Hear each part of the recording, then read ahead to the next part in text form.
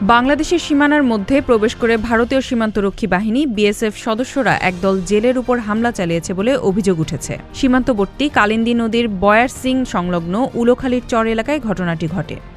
এ সময় জেলেদের মারধর করে তাদের দুটি নৌকা বিএসএফ সদস্যরা ছিনিয়ে নিয়ে যায় বলে অভিযোগ করেছেন ভুক্তভোগী জেলেরা। হামলার সময় ছত্রভঙ্গ হয়ে যাওয়া জেলেরা সুন্দরবনের মধ্য দিয়ে পায়ে হেঁটে লোকালয়ে পৌঁছেন বলে জানা যায় পশ্চিম সুন্দরবনের কৈখালী স্টেশন থেকে অনুমতিপত্র নিয়ে 4 দিন আগে তারা সুন্দরবনে যান। 3টি নৌকার 12 জন জেলে 2 দিন ধরে বাংলাদেশের সীমানাভুক্ত উলোখালীর চরে পাটা জাল পেতে মাছ ধরছিলেন। এক পর্যায়ে মঙ্গলবার রাত 10:30টার দিকে 2টি স্পিড বোট নিয়ে বিএসএফ সদস্যরা আকস্মিকভাবে সেখানে উপস্থিত হয়ে তাদের মারধর শুরু করেন। এ সময় তারা পেতে রাখা জাল ও সেখানে থাকা নৌকা ফেলে বনের মধ্যে ঢুকে আত্মরক্ষার চেষ্টা করে। জাল একইভাবে পাতা থাকলেও নৌকা দুটি নিয়ে হামলার সঙ্গে জড়িত বিএসএফ সদস্যরা ঘটনাস্থল থেকে চলে যায়। বিজিবি কৈখালী ক্যাম্পের সুবেদার জানান, স্থানীয় এক জনপ্রতিনিধি বিষয়টি তাদের অবহিত করেছেন। খোঁজ খবর নিয়ে পরবর্তী ব্যবস্থা গ্রহণ করা হবে।